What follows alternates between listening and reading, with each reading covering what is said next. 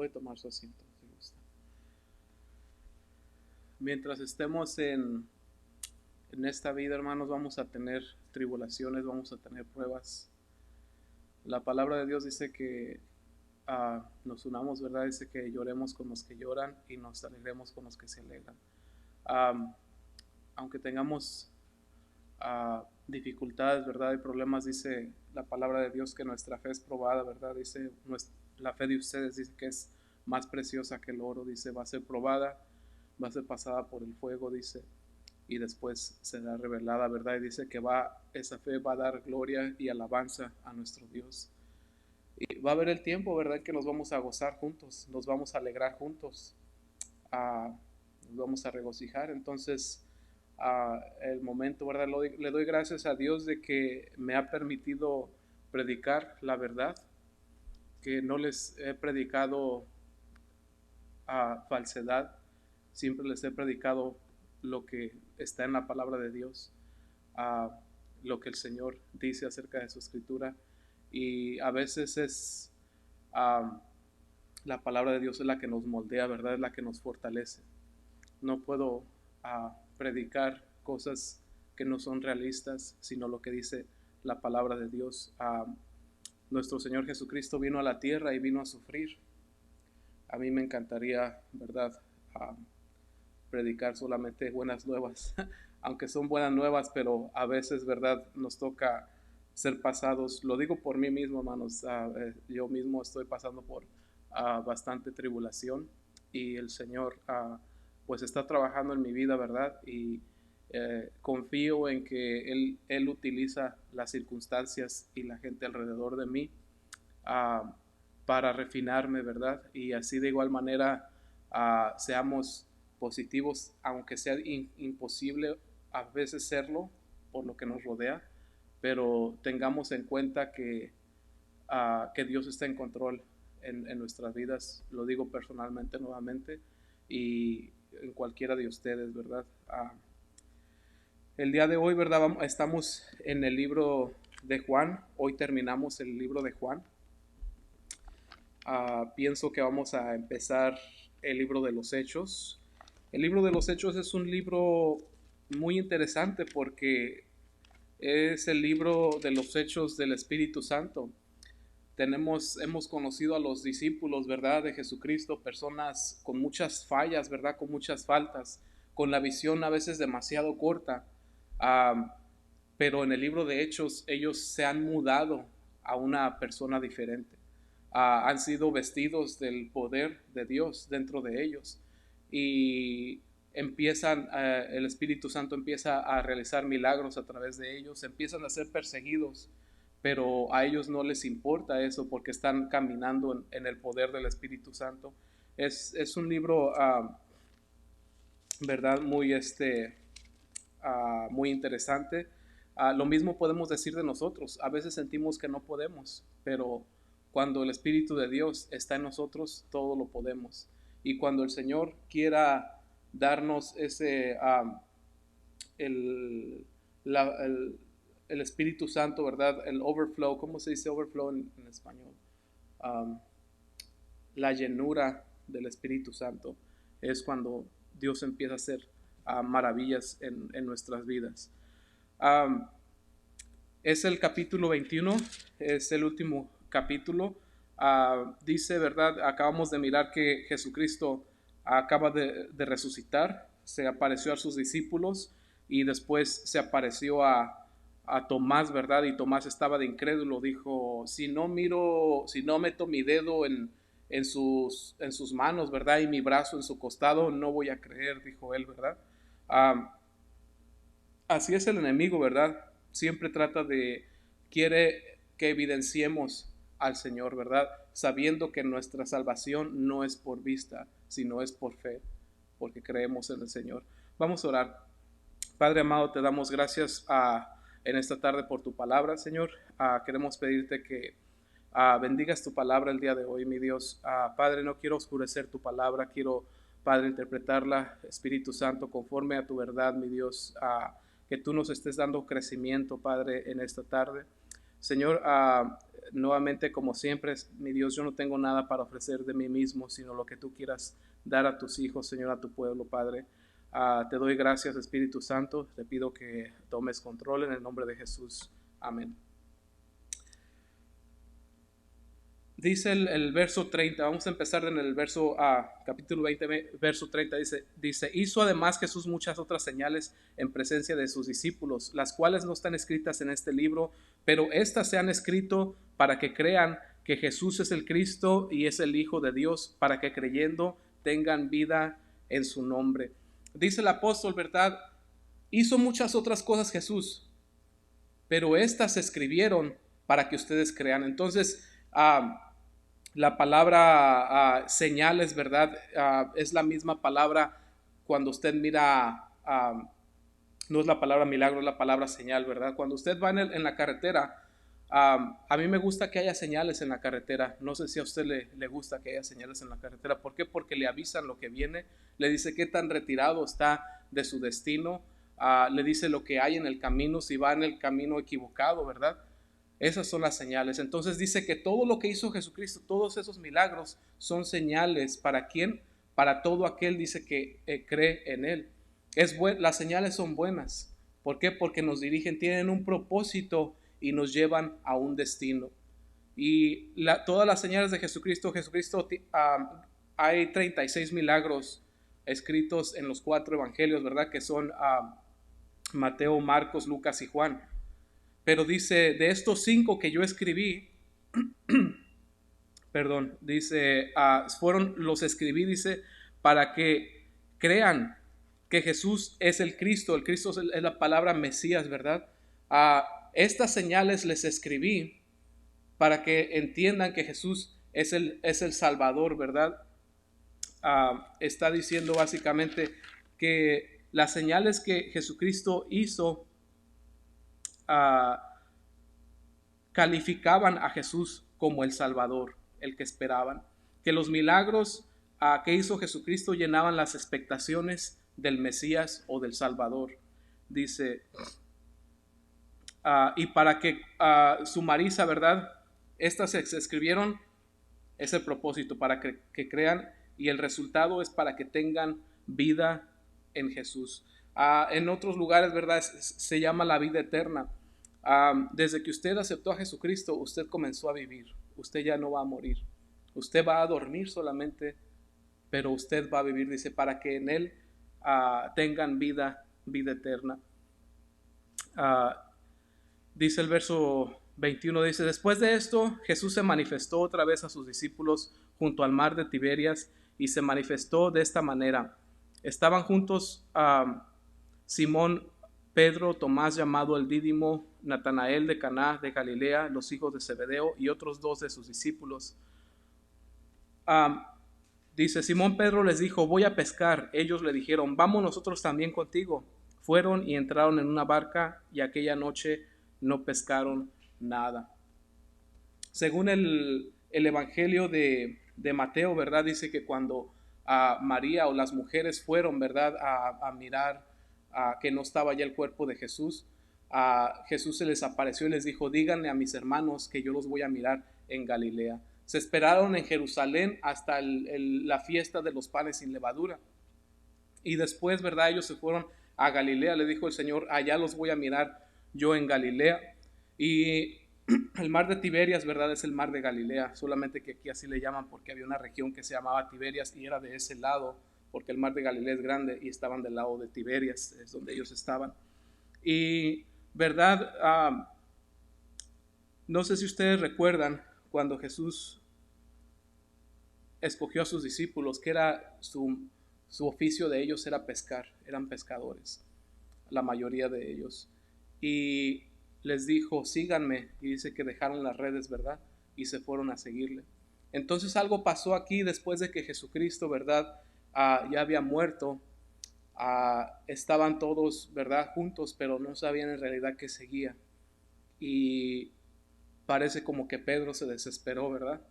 Y no sabía qué era lo que el Señor le había dicho. A veces el Señor nos dice, ¿verdad? Que estemos quietos, que nos esperemos y que esperemos en Él. Y Pedro se estaba desesperando, ¿verdad? Al estar ahí, y se levantó, ¿verdad? Siempre tenía la iniciativa.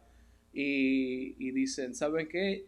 Yo me voy a ir a pescar mejor, ah, sabiendo que el Señor les había dicho que estuvieran juntos, ¿verdad? Aunque el Señor ya sabía que se iban a ir a Galilea, ¿verdad? Y no les dijo exactamente dónde los iba a encontrar, porque los iba a encontrar en Galilea, pero no se daban cuenta en qué lugar los iba a encontrar. Y Pedro, ¿verdad? Fue, y los demás discípulos, ¿verdad? Ya que él había rompido el hielo, dijeron, no, pues yo también me voy a pescar, y ya todos querían ir a pescar, y ya se fue más de la mitad de los discípulos, ¿verdad? Fueron 7 discípulos los que se fueron. Nombra ahí 5 y de otros 2 no dice el nombre, ¿verdad? Y se fueron a pescar. Ahí dice, ¿verdad? Que a Pedro, cuando andaba pescando, ¿verdad? A él le estorbaba la ropa, a él le gustaba andar encuerado ahí nomás, ¿verdad? Nomás con lo más básico, ¿verdad? Era su estilo de Pedro. Me imagino que Pedro sí extrañaba al Señor. Me imagino que Pedro sí amaba al Señor, pero no sabía qué iba a hacer de su vida. Y estando en Galilea, ¿verdad? A lo mejor al mirar las barcas, ¿verdad? A lo mejor al oler el pescado y todo eso, se acordó que él tenía un oficio antes de conocerle y quiso volver a ese oficio. Dice el verso 4, dice, cuando ya iba amaneciendo, se presentó Jesús en la playa, mas los discípulos no sabían que era Jesús. Y les dijo, hijitos, ¿tenéis algo de comer? Le respondieron, no. Él les dijo, echad la red a la derecha de la barca y hallaréis. Entonces la echaron y ya no la podían sacar por la gran cantidad de peces. Entonces aquel discípulo a quien Jesús amaba le dijo a Pedro, es el Señor. Simón Pedro, cuando oyó que era el Señor, se ciñó la ropa porque se había despojado de ella y se echó en el mar. Estuvieron, ¿verdad? Toda la noche, estuvieron pescando, ¿verdad? Según ellos pescando, pero porque en la noche es cuando salían los peces, ¿verdad? A la superficie y empezaban pues para comer, ¿verdad? Y toda la noche estuvieron y no pescaron nada. Y en la mañana, ¿verdad? Miran a un hombre que está en la orilla, no lo reconocen hasta ahora, ¿verdad? Y les pregunta, ¿verdad? Que si no tienen algo de comer, si no han pescado nada. Y pues los discípulos no habían pescado nada. Y les dice, echen la red a mano derecha. Y cuando la echaron no la podían sacar, se reventaba la red, ¿verdad? Y ellos recordaron que en otra ocasión el Señor ya había hecho este milagro. Y dice que Juan, ¿verdad? El que escribió el Evangelio, dice que le dijo a Pedro, es el Señor el que está. Y cuando Pedro escuchó que era el Señor, ¿verdad? Pienso que se avergonzó. ¿Por qué se avergonzó? Porque en primer lugar Pedro no lo había llamado el Señor, ¿verdad? Le dijo que lo iba a hacer pescador de hombres. Eso es lo que le dijo cuando ellos dejaron su oficio. Y habían aprendido a vivir totalmente dependiendo de Dios. Aunque sabemos que el apóstol Pablo, ¿verdad? Él trabajaba con sus manos y también predicaba, ¿verdad? Pero no sabemos eso de los otros discípulos. Parece que los discípulos se dedicaban 100% al ministerio. Es por eso que dice Pablo, ¿verdad? En una de sus cartas dice, yo no quise hacer carga a ustedes y yo mejor preferí trabajar para mantenerme a mí mismo. Aunque el Señor les dijo a los discípulos, a los 12, ¿verdad? Que no llevaran nada, porque Dios se iba a encargar de proveer para ellos. Y este era un mandato, ¿verdad? Que parece que específicamente le había dado a Pedro. Y cuando Pedro se da cuenta, cuando le dice Juan, le dice, ¿sabes qué? Cuando miraron que no podían sacar las redes, dice, ese es el Señor. Y Pedro me imagino que se avergonzó. ¿Por qué? En primer lugar, porque ¿qué estaba haciendo pescando? Regresó a su oficio. Y aparte de eso, estaba desnudo también, solamente traía pues lo básico. Y rápidamente, ¿verdad? A lo mejor se escondió hasta atrás de Juan y se aventó al mar, ¿verdad? Como para que dijeran, pues, ¿verdad? No sé qué se le afiguraría. Pero Pedro sabía, ¿verdad? Su conciencia lo estaba dilatando. Y salieron ellos, ¿verdad? Dice el verso 7, dice, entonces aquel discípulo a quien Jesús amaba, le dijo a Pedro, perdón, es el verso 8, dice, Y los otros discípulos vinieron con la barca arrastrando la red de peces que no distaban de tierra, sino como a 200 codos. Al descender a tierra vieron las brasas puestas y un pez encima de ellas y pan. Jesús les dijo: traed de los peces que acabáis de pescar. Subió Simón Pedro y sacó la red a tierra llena de grandes peces, 153, y aun siendo tantos, la red no se rompió. Sacaron la red, ¿verdad? Dice que eran peces grandes, 153. Las barcas, ¿verdad?, de ese tiempo de Galilea medían como 23 pies supuestamente, que viene siendo como de aquí a la cruz, ¿verdad? Donde yo estoy hasta la cruz, no eran barcas grandes. Entonces los discípulos tuvieron que arrastrar la barca a la orilla. Dice, les dijo Jesús, el verso 12, venid y comer, y ninguno de los discípulos se atrevía a preguntarle: ¿tú quién eres?, sabiendo que era el Señor. Vino pues Jesús y tomó el pan y les dio, y asimismo del pescado. Esta era ya la tercera vez que Jesús se manifestaba a sus discípulos después de haber resucitado de los muertos. Algo que tenía Jesucristo, ¿verdad?, después de que resucitó, no sé por qué motivo, no le podían reconocer. Su cuerpo, ¿verdad?, no era el cuerpo con el que le vamos a ver el día de mañana cuando estemos ahí. Era un cuerpo resucitado, aún todavía no glorificado, pero sí resucitado. Y tenía aún las marcas, ¿verdad? Ahí dice en el capítulo anterior que le dijo a Tomás: ven y mete tu dedo en mi brazo y mete tu brazo en mi costado y mira que sí soy yo. Entonces, Jesucristo, no sé por qué motivo no le podían reconocer, había algo distinto. También anteriormente, ¿verdad?, en el libro de Lucas dice que los encontró a dos de los discípulos mientras iban camino a un lugar que se llamaba Emaús, ¿verdad? Y les empezó a enseñar de todo lo que el Cristo o el Mesías, ¿verdad?, iba a sufrir.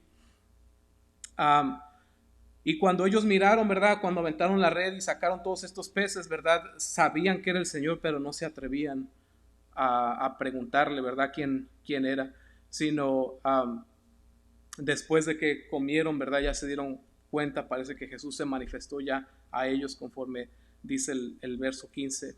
Dice: cuando hubieron comido, Jesús dijo a Simón Pedro: Simón, hijo de Jonás, ¿me amas más que estos? Le respondió: sí, Señor, tú sabes que te amo. Él le dijo: apacienta mis corderos. Volvió a decirle la segunda vez: Simón, hijo de Jonás, ¿me amas? Pedro le respondió: sí, Señor, tú sabes que te amo. Le dijo: pastorea mis ovejas. Le dijo la tercera vez: Simón, hijo de Jonás, ¿me amas? Pedro se entristeció de que le dijese la tercera vez: ¿me amas? Y le respondió: Señor, tú lo sabes todo, tú sabes que te amo. Jesús le dijo: apacienta mis ovejas. 3 veces, una vez ya habiéndose revelado Jesús a ellos, viene con Pedro, ¿verdad? Y no sé si recuerdan, cuando Jesucristo estaba con ellos, que aún no había muerto, ¿verdad?, les dijo: ¿quién dicen los hombres que soy yo? Les pregunta a sus discípulos, y los discípulos dicen: no, unos dicen que tú eres Elías, otros dicen que eres el profeta que iba a venir. Y Pedro se adelanta, ¿verdad?, y dice: no, tú eres el Cristo.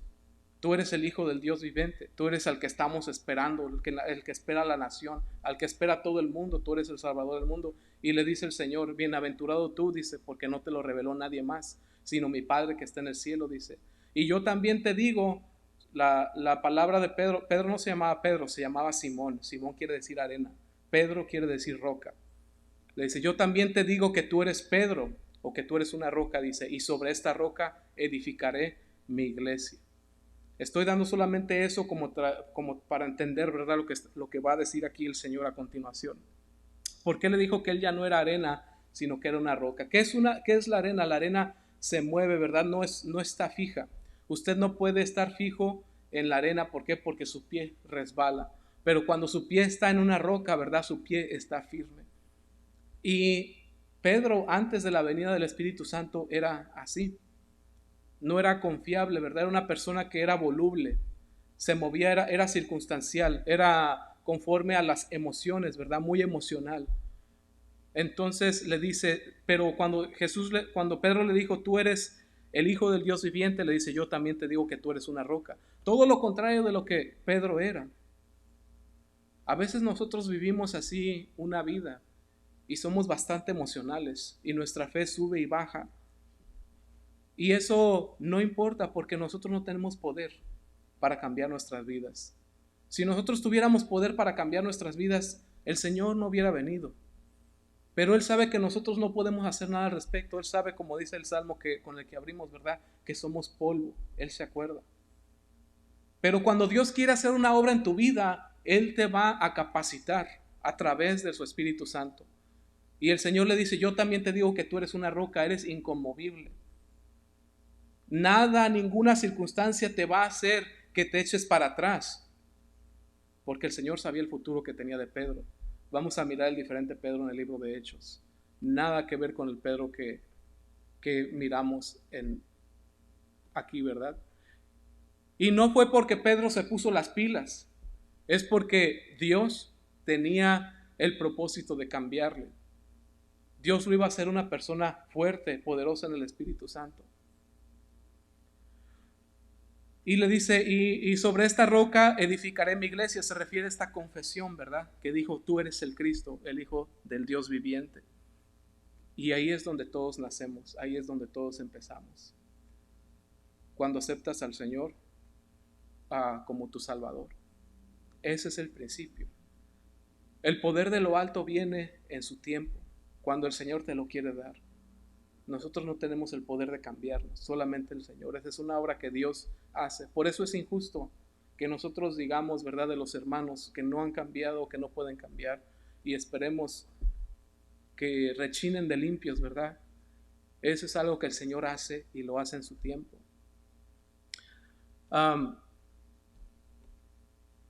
Le dice el Señor, ¿verdad? Pedro. Y si se fija, le dice, ¿cuántas veces? 3 veces. ¿Por qué le dijo 3 veces, me amas? Unos días atrás, de cuando aconteció esto, Jesús estaba en el palacio ante Caifás el sacerdote. Y antes de eso estaban en el aposento alto y le dijo Pedro, ¿verdad? Aunque estos te dejaran, yo no te abandonaré. Mi vida voy a poner, iré a la cárcel. Y el Señor le dijo, de cierto te digo que antes de que el gallo cante, me vas a negar 3 veces. ¿Por qué el Señor le dijo 3 veces, Pedro, me amas?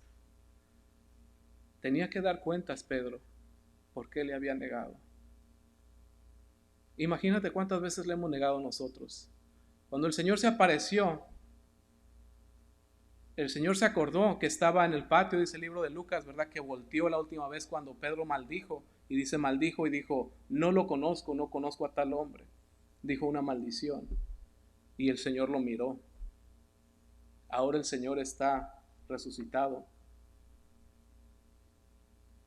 Y le dice, Pedro, ¿me amas? Imagínense lo que sintió Pedro. Yo cuando estaba leyendo esto dije, Dios mío, ¿cuántas veces le he negado yo? ¿Verdad? Y le dice, la palabra de Dios dice que vamos a dar cuenta de toda palabra ociosa. El Señor no le dijo para condenarlo, pero sí tenía que dar cuenta porque quería que reflexionara, ¿verdad? Pero no era para condenación. Y le dice Pedro, tú sabes que te amo. Y le dice, apacienta a mis corderos. La palabra ahí, ¿verdad? Es la palabra griega, se refiere a corderos o ovejitas recién nacidas, ¿verdad? Le está diciendo, le está dando, a este pedacito le llaman la restauración de Pedro. Porque Pedro le había negado 3 veces y Cristo había muerto y Pedro había quedado como un traidor. Esa sería lo más doloroso, me imagino. Muchas personas cuando se les muere alguien, ¿verdad? Dicen, y lo último que le dije, estaba enojado con él. Y nunca más le pude decir que lo amaba o que la amaba. Y les pesa, ¿verdad? Y Pedro había permitido que el Señor muriera y él había quedado como un traidor. Por eso esta era la restauración de Pedro. Y le dice el Señor, ¿verdad? Le recuerda, tengo un propósito para ti. Este es el ministerio. Si me amas, apacienta a mis ovejitas, ¿verdad? Los recién nacidos. Y luego le vuelve a decir, Simón, hijo de Jonás, ¿me amas? Y le dice, sí, Señor, te amo. La segunda vez que le dice, ¿verdad? Le dice, apacienta mis ovejas.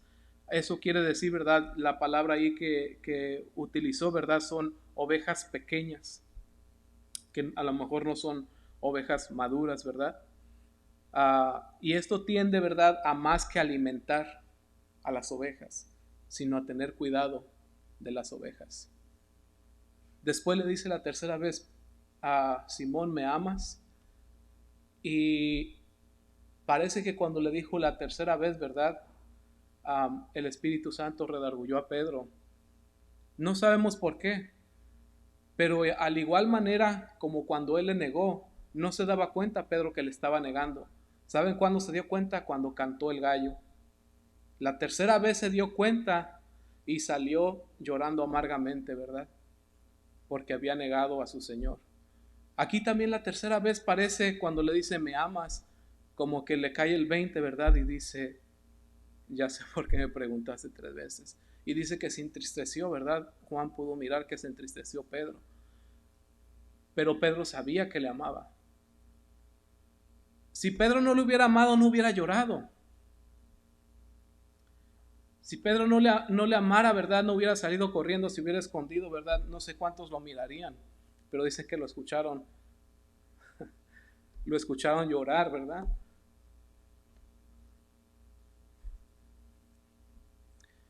Y no nada más lo miraron, sino que dice que lloró amargamente también.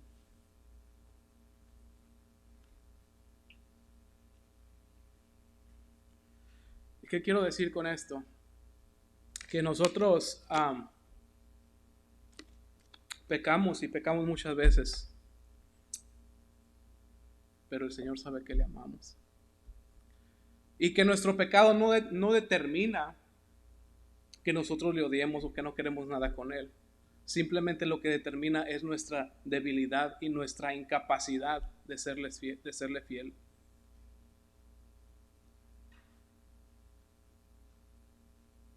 Y Pedro, ¿verdad?, se entristece y le dice en estas palabras, ¿verdad? Tú lo sabes todo, dando a entender, ¿verdad? Sabes que soy débil, sabes que te negué, pero tú puedes ver mi corazón, tú sabes que te amo.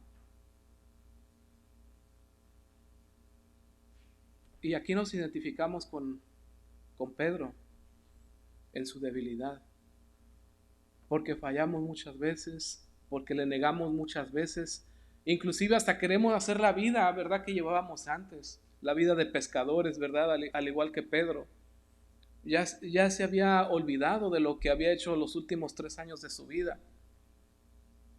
Y ya se ha ido mejor a tratar de vivir de lo que hacía antes.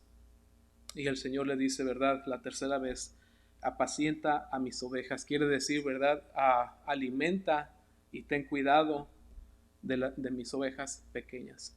¿Por qué Pedro, verdad, es otra cosa más que le dijo el Señor cuando Pedro lo testificó, ¿verdad? Le dijo, y sobre esta roca edificaré mi iglesia, dice, y las puertas del Hades no prevalecerán en contra de ella, ¿verdad? Eso quiere decir que no hay poder del enemigo que puede más que tu oración. Y si el poder del enemigo puede más, sientes que puede más, es porque el Señor lo está permitiendo, pero es porque el Señor va a usar ese mal para algo superior. El Señor tiene una bendición mayor, superior a la que tú te imaginas. Porque esa era la promesa. Las puertas del infierno no van a poder contra ti. No importa la circunstancia que se mire imposible. No importa tu pecado o tu mal hábito o lo que te ha separado de Dios. Las puertas del infierno no van a poder. Porque Dios, por la fuerza de Pedro, no. Porque Dios tenía un plan con Pedro, el que le negó. en el libro de Hechos vamos a mirar el cumplimiento de esta profecía. No sé si han leído ahí. Dice, y a ti te daré las llaves del cielo, ¿verdad? Del reino. En una iglesia, ¿verdad? Lo pintan a él con unas llavecitas así. A eso no se refiere, ¿verdad? A esto se refiere, dice, a ti te voy a dar el privilegio de que la gente se arrepienta y entre al cielo. Tú vas a ser el que va a romper, el que va a abrir las puertas del cielo para que entren todos los gentiles y los judíos. A ti te voy a dar el privilegio a través de ti. Y miramos que se cumplió en el libro de Hechos, en el día de Pentecostés, ¿verdad? Cuando cambiaron de ser la persona que ellos eran, estaban orando, ¿verdad? Y vino un viento del cielo, dice, ¿verdad? Y empezaron a hablar en otras lenguas para que la gente escuchara las maravillas de Dios. Y estando Pedro, ¿verdad?, enfrente de la gente que había crucificado a Jesús, ya no es el Pedro de antes, ya había sido lleno de poder. Ya no era el Pedro que corrió, el que blasfemó, ¿verdad?, el que dijo, no, yo no tengo nada que ver con ese hombre, ya no era. Sino que enfrentó a los alguaciles y los soldados y enfrente de todos ellos, inclusive de los sumos sacerdotes, les dice, a este Jesús al que ustedes crucificaron, el Señor, Dios lo ha hecho Señor y Mesías, dice de ustedes. Y ustedes lo mataron. Miramos una valentía en Pedro que no se le conocía. Ya no es arena, ya no es Simón, ahora es una roca. Y no le importa ir a la muerte, ahora sí, porque está lleno del Espíritu Santo. Y no va a negar a Jesucristo. Y dice que el Señor, ¿verdad?, respaldó las palabras de Pedro y la gente se compungió de corazón, dice, ¿verdad? Se sintieron mal porque habían matado al Mesías. Y les dijo, ¿qué vamos a hacer? Y les dijo Pedro, arrepiéntanse y bautícense. Y ese día se convirtieron 3,000, dice, personas. Esas son las puertas de las llaves de la puerta del cielo. Se abrieron con la primera predicación de Pedro. Y este es verdad, desde aquí el Señor lo está restaurando, ¿verdad?, a Pedro, y le dice, Él le está dando el ministerio, el pastorado.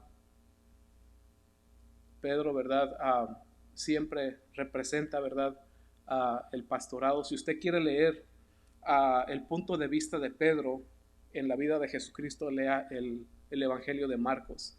Pedro era analfabeto, por lo que sabemos. No escribía ni leía, mas sin embargo Dios le dio esa... no era raro, ¿verdad?, en el tiempo del Señor. No era como ahora que tenemos el sistema de las escuelas. Si alguien sabía leer, ¿verdad?, era una cosa grande. Ellos eran pescadores desde su infancia. Entonces, Marcos es discípulo de Pedro, y Marcos escribió mientras Pedro dictaba. Así es de que cuando usted lee el libro de Marcos, usted está leyendo el Evangelio según Pedro. Y Pedro fue lleno de poder, ¿verdad? Le dijo, apacienta mis ovejas. Después miramos en el libro de Pedro que Pedro encarga esto mismo a sus discípulos, ¿verdad? El pastorado, el ministerio del pastorado.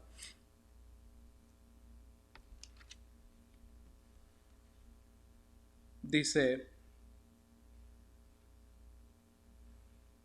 voy a leer el 17 y continúa ahí. Dice, le dijo la tercera vez, Simón, hijo de Jonás, ¿me amas? Pedro se entristeció. Ahí es cuando le cantó el gallo, ¿verdad? De que le dijese la tercera vez, ¿me amas? Y le respondió, Señor, tú lo sabes todo, tú sabes que te amo. Jesús le dijo, apacienta mis ovejas. Y continuó el Señor hablando, dice, de cierto te digo, cuando eras más joven te ceñías e ibas a donde querías, mas cuando ya seas viejo extenderás tus manos y te ceñirá otro y te llevará donde no quieras. Esto dijo dando a entender con qué muerte había de glorificar a Dios. Y dicho esto, añadió, sígueme.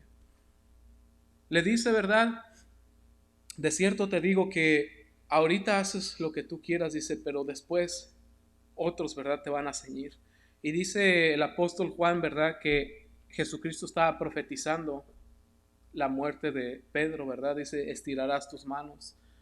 Según la historia dice, ¿verdad? Que Pedro fue crucificado, igual que nuestro Señor. Pero al decir ceñir, ¿verdad? Pedro no le enterraron clavos, sino fue amarrado a la cruz. Y Pedro, ¿verdad? Dijo que él no era digno de morir en semejanza a su maestro y quiso ser puesto boca abajo. Entonces la cruz de Pedro era boca abajo, ¿verdad? Y así murió Pedro. Y dice Juan que a esto se refería, ¿verdad? Al decir que iba a estirar sus brazos y otro le iba a ceñir, o sea, ceñir las manos, que quiere decir amarrarle las manos, dice. Y que con esa muerte iba a glorificar a Dios. ¿Sabías que tu muerte va a glorificar a Dios? Porque viviste el plan de Dios. Todos los que hemos dado nuestra vida a Cristo estamos viviendo la vida para Él, con nuestras fallas, con nuestros errores y con todo eso. Pero vivimos para Él.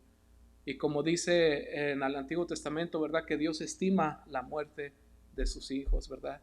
De sus santos. En el Nuevo Testamento dice que nuestra muerte glorifica a Dios.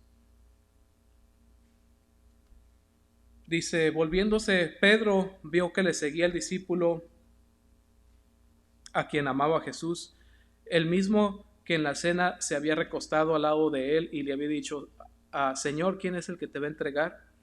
Cuando Pedro le vio, dijo a Jesús, Señor, ¿y qué de este?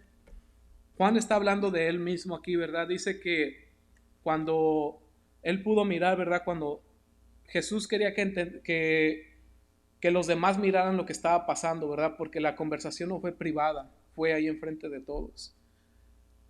Y Juan, ¿verdad? Estaba ahí y cuando le dijo el Señor, parece como que no sé si se perdería algo aquí, pero porque Juan está dando a entender que el Señor le dijo de qué muerte iba a morir.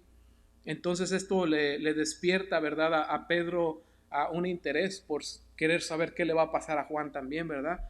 Pues ¿verdad? Él tiene interés, si a mí me van a ceñir otros, ¿verdad? Yo quiero saber qué de este que está acá. Y Jesús le dice, ¿verdad? Si quiero que él quede hasta que yo venga, ¿qué a ti? Sígueme tú. El Señor en otras palabras, ¿verdad? Le dijo, no tiene nada que ver contigo. Tú sígueme. Si yo quiero que él quede hasta que yo regrese, está hablando de su venida, ¿verdad? Que a ti no te importe. Y qué necesario es esta respuesta que el Señor le dio a Pedro. No sé si usted se ha encontrado en eso, pero yo a cada rato me encuentro en esa circunstancia de a veces en nuestra vida, ¿verdad? Parece que las cosas no van de la manera que a nosotros nos parecería y queremos saber qué tal del otro, ¿verdad? ¿Por qué al otro le está yendo bien o por qué al otro o qué va a pasar con el otro, ¿verdad? O qué es lo que está pasando con la otra persona o a veces con nuestros familiares, ¿verdad? ¿Qué está pasando aquí? Y el Señor le dice a Pedro, hey, no importa. No importa qué pasa con tu hermano, con tu hermana, con tus papás, con tus tíos, con tus primos. Tú enfócate en ti, tú sígueme. Es muy fácil descarriarnos, ¿verdad? Poner nuestra mirada en si Dios está bendiciendo al hermano o no, si Dios está haciendo lo que esté haciendo con otra persona, le dice el Señor, ¿verdad? Hey, no importa lo que yo voy a hacer con Juan. Que te importe lo que voy a hacer contigo. A ti ya te dije, apacienta a mis ovejas.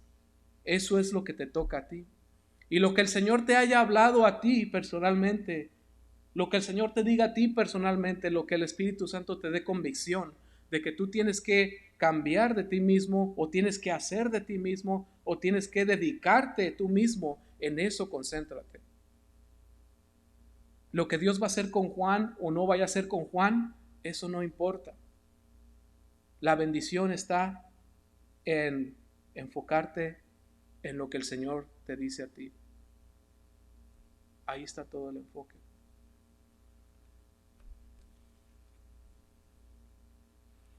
Dice, este dicho se extendió entonces entre los hermanos, que aquel discípulo no moriría, pero Jesús no le dijo que no moriría, sino que si quiero que él quede hasta que yo venga, que a ti. Este es el discípulo que da testimonio de estas cosas, y escribió estas cosas, y sabemos que su testimonio es verdadero. Es es Juan el que está hablando, ¿verdad? Y él siempre habla de él, ¿verdad? Como el discípulo amado. Es una hermosa manera de cómo Juan, ¿verdad? A sí mismo se edificaba al llamarse a sí mismo el discípulo amado. Si tú, vamos a suponer que tú en esta tarde, ¿verdad? Las cosas no están yendo como en la agenda, ¿verdad? Planeamos todo el tiempo, planeamos lo mejor. Nunca planeamos algo malo en nuestra vida. No sé si se ha fijado. Nunca planeamos, el día que choque, el día que me pegue, que la aseguranza no me quiera pagar. Nunca ponemos eso en nuestra agenda, ¿verdad? Pero a veces pasa. Siempre puras cosas buenas, ¿verdad? Nos ponemos. Pero si nosotros pensáramos como Juan dice, al discípulo a quien Jesús amaba. Pon tu nombre. ¿Has puesto a pensar? Si esto me pasara a mí, Rafael, a quien Dios ama. Tenía presente eso, ¿verdad? Pon tu nombre ahora. Tú, la persona que Dios ama. ¿Verdad? Fulano, Juan, en este caso. Juan, a quien Dios ama. Pedro, a quien Dios ama. A quien Jesús ama. El día que pase lo que no querías que pasara, vas a tener más fortaleza. ¿Por qué? Porque sabes que Dios te ama y que estás en su protección y que nada que Él no permita te va a acontecer.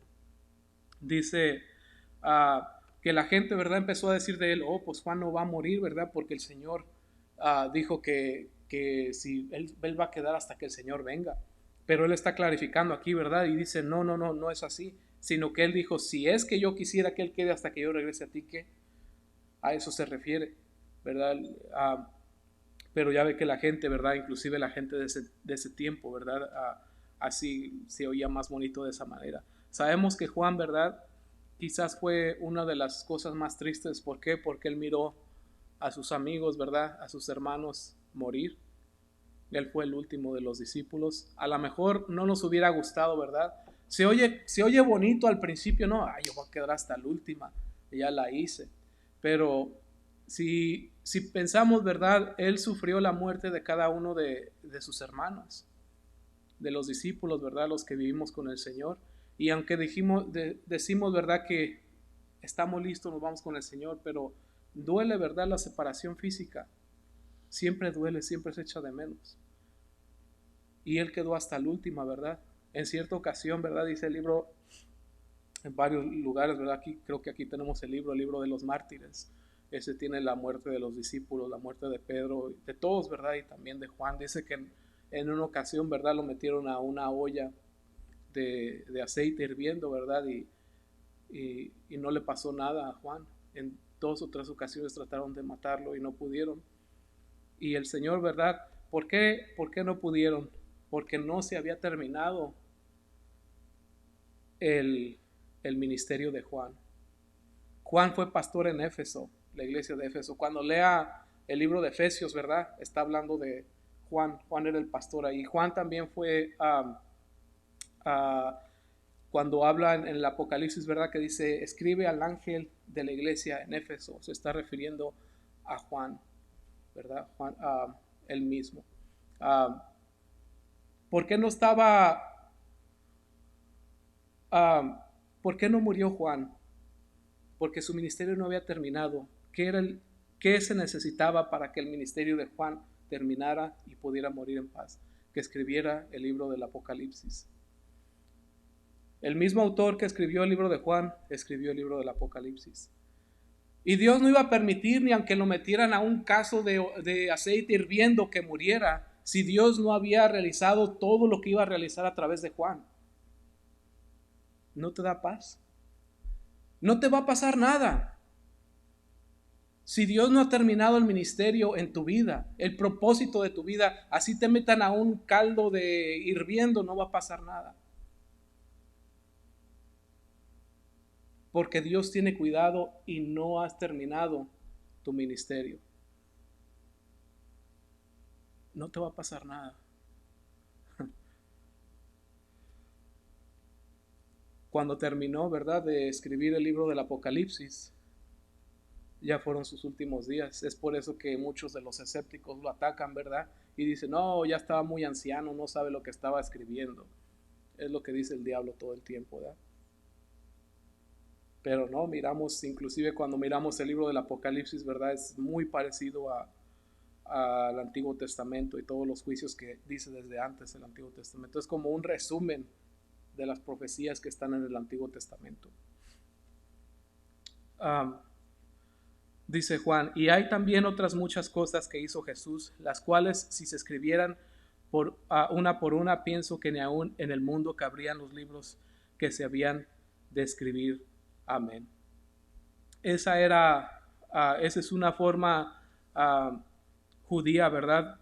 Al igual que como están escritos los proverbios, que dicen una exageración, aunque hay personas que dicen que no es una exageración, y eso se lo da totalmente al acuerdo del lector, porque no sé si usted sabe, pero antes y después de la imprenta, hasta el año 1900, casi todas las librerías de alrededor del mundo, en su mayoría de libros, ¿sabe de qué se trataban? De teología, que viene siendo la Biblia, las interpretaciones de la Biblia. Las bibliotecas más grandes del mundo están llenas y estuvieron llenas de libros que tenían que ver con teología o con Dios. Así es de que no hay ningún otro tema superior en el mundo ni que haya durado más tiempo que lo que es la palabra de Dios. Y es justo que Juan pensara de esta manera. Por eso dice ahí, ¿verdad? Pienso. Ese es el énfasis ahí. Que Jesús hizo muchas cosas y que se podría hablar muchísimo de eso. Y dice, y siendo así la cosa, ¿verdad? No cabrían los libros que se podrían escribir. Y sí, nos podemos dedicar a escribir, ¿verdad?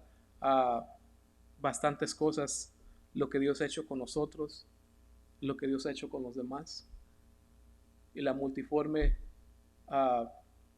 gracia de Dios en cada uno, y a eso nos pudiéramos dedicar. Y así termina Juan su libro, ¿verdad? Dice, hizo muchas cosas más el Señor, pero estas se han escrito para que crean en que Jesús es el Hijo de Dios y que creyendo tengan vida eterna en Él.